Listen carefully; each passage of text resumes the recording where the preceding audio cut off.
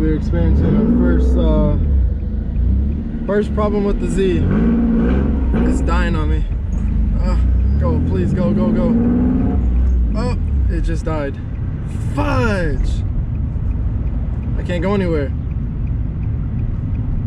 I'm trying to limp it home right now. I'm like literally like 10-15 minutes away. I think it's electrical.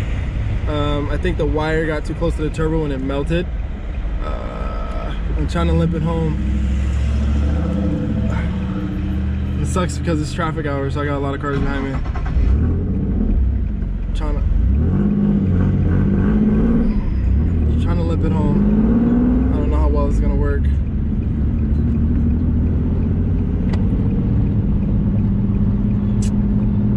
Freaking politics, bro. Stop texting me. It's not the time to text me right now.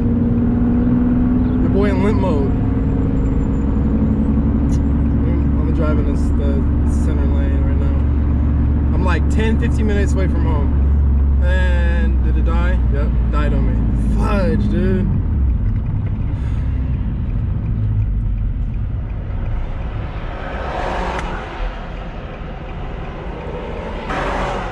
I'm not mad, just grateful that it happened close to home. Let's try this again.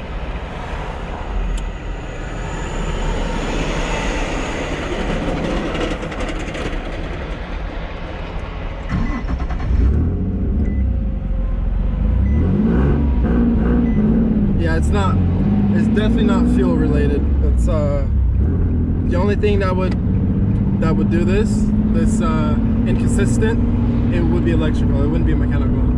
If it was mechanical, it shut off and wouldn't come back on. So I already know it's gonna be that wire in the engine bay. It's probably melted. I need to hurry to get it home so I can stop driving it because I don't want any more damage happening. And we'll just repair it. It's not really a big deal. Just gotta fix it. And it died on me again. Fudge, bro, right around a corner and there's a truck coming. Dude, I'm sorry guys, I'm sorry.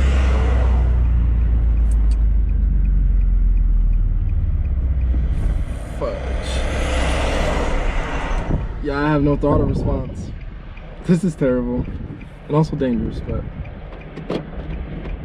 come on, come on, come on, come on, come on. Fudge.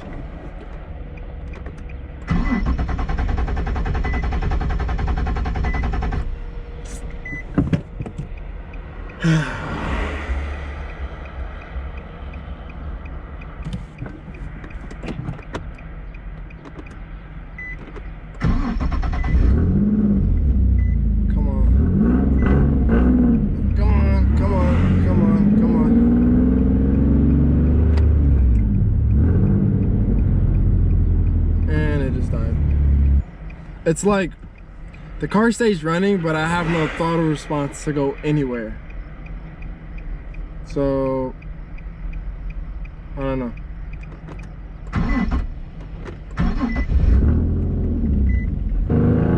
Let me just get over this hill, car, please. Don't die on me. Don't die on me. Don't die on me.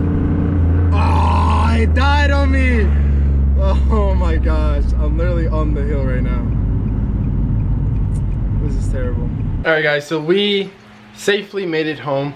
Like I told you guys, I think it is gonna be an electrical issue. The reason being is because you can kind of see one of the harnesses right here that was close to the turbo already has like somewhat of a hole in it. And then there is one, you can't see because it's dark, I don't have a light, but there's one down there that's starting to melt. And then there is a harness down there that's actually touching one of the pipes. So we gotta let the car cool off before we can even touch anything because everything's hot. But I'm leaning towards this being an electrical issue because what happens is you're driving and then all of a sudden the engine just dies and like the RPMs are coming down still and like you have no throttle response. So we're leaning towards it being an electrical issue. But when the car is started, it drives perfectly fine. It doesn't bog or anything like that. It's just out of nowhere the engine just dies. So on the bright side, we actually got our bumper back from the body shop. Let's see what it looks like. I'll cover this. So I told you guys we were going to paint match this And then we were gonna do the grill gloss black. Look how good that looks. Oh my goodness gracious. From what I can see, they did an amazing job. This looks good. So what we're gonna do is we're gonna put it in the sun. Actually, we're gonna match it up to the car, make sure everything is good. Because they did say I had to bring it back so that they can buff it. So we're gonna put it in the car, make sure everything lines up, make sure everything is good, and then pretty much go from there. But man, this looks good. I love that gloss black.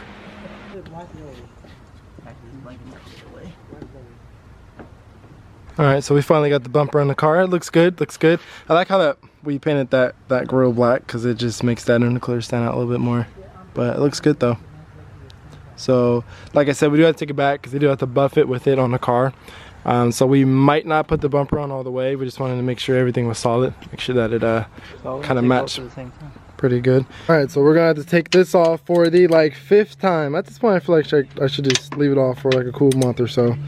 We're gonna go ahead and take this bar off so we can kind of get a closer look as to what's down there. 'Cause like I said, I'm still leaning on it being an electrical issue, so we're gonna start by taking this off. The engine is still cooling down, still a little hot, but hopefully in the next like 30 minutes we'll be able to touch it. So picking up where we left off yesterday, so we had a whole day to think about it, also do some research. So we're guessing that the loom wires that was next to the turbo that kind of got burnt but really didn't get burnt, it was just the loom that got burnt. We're thinking that those wires were heating up, causing the engine to shut off and then having issues starting after it's been shut off. Because if you guys saw in the video, after I let it sit for a little bit and starting it, it started right up. And obviously it's because it kind of cooled down a little bit. So we're thinking that's probably it. So I went ahead and hopped on Amazon and ordered this heat protective that I can put over the loomed wires. That way it doesn't make that issue pop up again, because those wires are obviously important.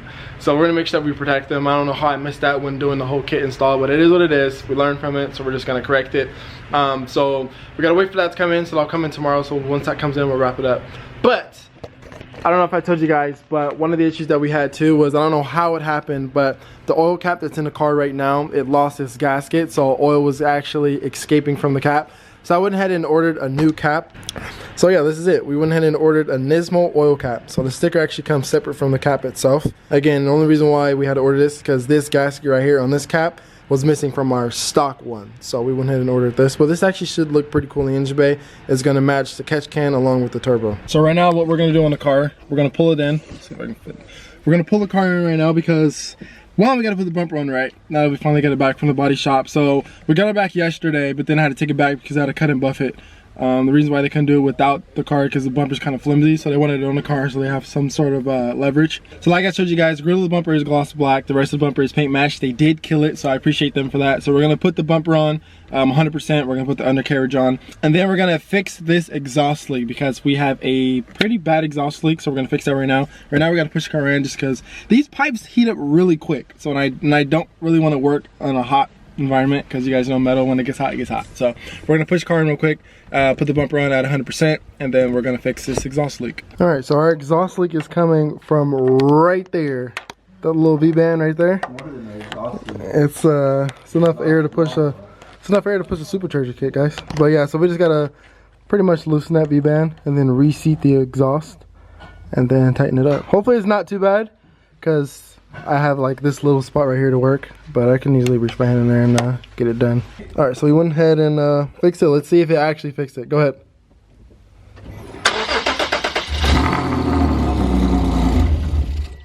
Wait, you gotta keep it running for longer than that. I can put my hand in there. Huh? How you know? I can tell by the sound. Okay, well, dude, I wanna see.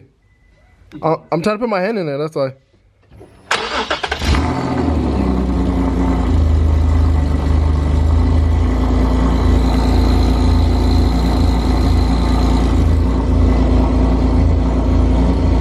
Alright, stop.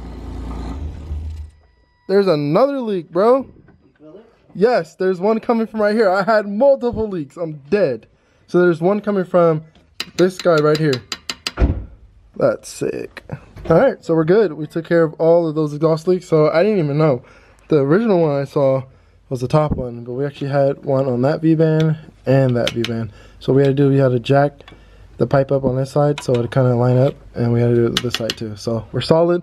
Now we're gonna go ahead and change this O2 sensor because that O2 sensor apparently is bad. Apparently when you go boost, you're supposed to change your O2 sensors, which I didn't know. So we're gonna go ahead and change that one, and then we'll be done underneath the car. All right, so we might have found the issue at hand. So we're going to be replacing the O2 sensor. Well, if you look real closely, the harness right there was laying on the O2 sensor, and it got just a little hurt. So the good thing is I don't think it dug too deep in it. So again, we ordered that little heat sleeve, so we'll just put the heat sleeve on there and hopefully it'll fix that. But man, that's crazy. I think we caught it right on time, guys. Look how bad that is. All right, go ahead.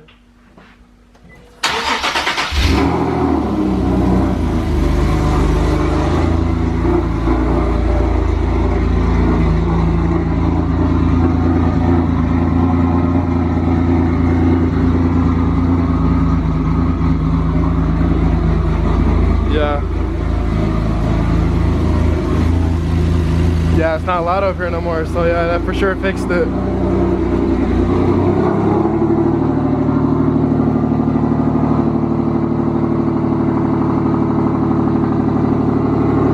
Yep, all the sounds in the back now. Yeah, I know, it's way quieter in the front now. So all the, yeah, that, bro, we had 2 exhaust leaks in the front. Two different spots. All right, so we got everything back on, bumpers on, solid this time. Fix the exhaust leaks. We installed a new O2 sensor on the passenger side. So we're just gonna, is it low? Not low, but in the middle, halfway. Oh, okay, yeah. Probably because of all the oil we're shooting up. Yeah, probably. So we do have another issue with this car blowing some black smoke, not black smoke, white smoke. We don't know if it's because of the oil drain or if it was because of the exhaust leak. So we're gonna test drive it, see if it still smokes, and if it does, then it's probably gonna be the oil drain, which would make sense because of the way that I have it routed. It's not straight down, it kind of goes down and then that and then to the side. So we'll test drive it right now, see if everything's solid, and then pretty much go from there.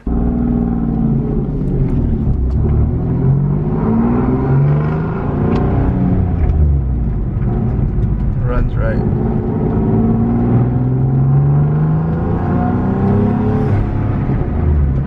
Yeah, it actually sounds like all the sounds coming from the back. Just gotta figure out. But now that just means you get the squeak noise more. Actually, I might know what that is. Imagine it be the end link. Take off your glasses. Oh shoot, they're so comfortable, dude, that I forget I have them. They are. And they're so clear, because you know, yeah, safety glasses.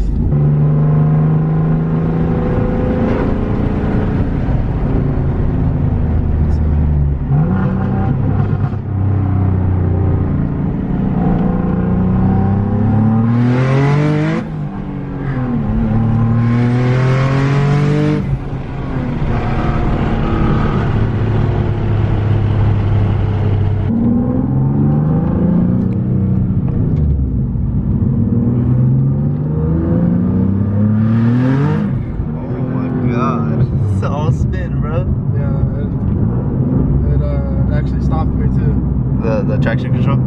That's probably what it did. Was it the traction control? Had to.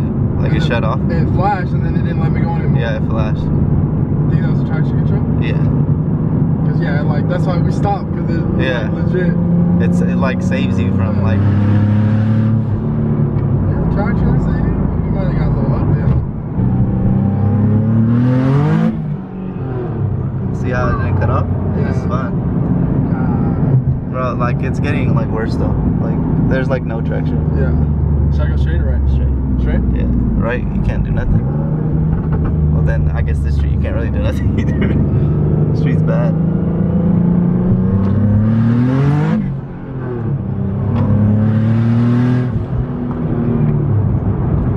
Yeah, these tires are getting worse and worse, bro. You hear it just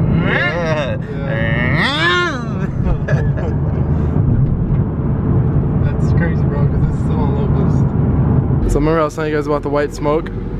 So I don't know if you can see it on the camera shows it, but yeah, so we might have to look at our oil drain and basically try to figure that out, because that's not supposed to be happening. It's most likely because of the oil drain. Other than that though, this car feels solid. This works. Oh no oil, huh? Ooh, yeah, that's good. Bumper looks good. I like how you can see the intercooler. Looks solid. Looks good, man. Looks good, guys. You see it. That looks so good. Man. Oh, man. So I know this video started off kind of rocky, but it ended with success. I was kind of nervous in the beginning of us doing all that work and then it not really paying off in the end. But the car sounds so good now. Those codes went away for the O2 sensor. All that's left to do is we just have to figure out the whole oil drain because it's still smoking. But I'm pretty sure that oil drain is probably too long and it's probably just need to be routed a little bit better. I might go back to admin next month just for him to put the car back on the dyno to see, you know, if we can squeeze just a little more horsepower since there was like a pretty bad exhaust leak in there. But I promise you guys, we will get POV driving in the Nismo soon. As soon as we get these bugs figured out, we will be in that car doing some POV and I'll give you guys the full experience of what it's like driving that car. But thank you guys so much for watching this video. As always, I will catch you in the next one. Peace out, stay safe, and stay tuned.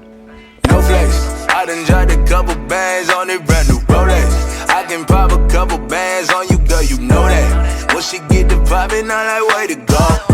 We gon' get it poppin' on the radio, turn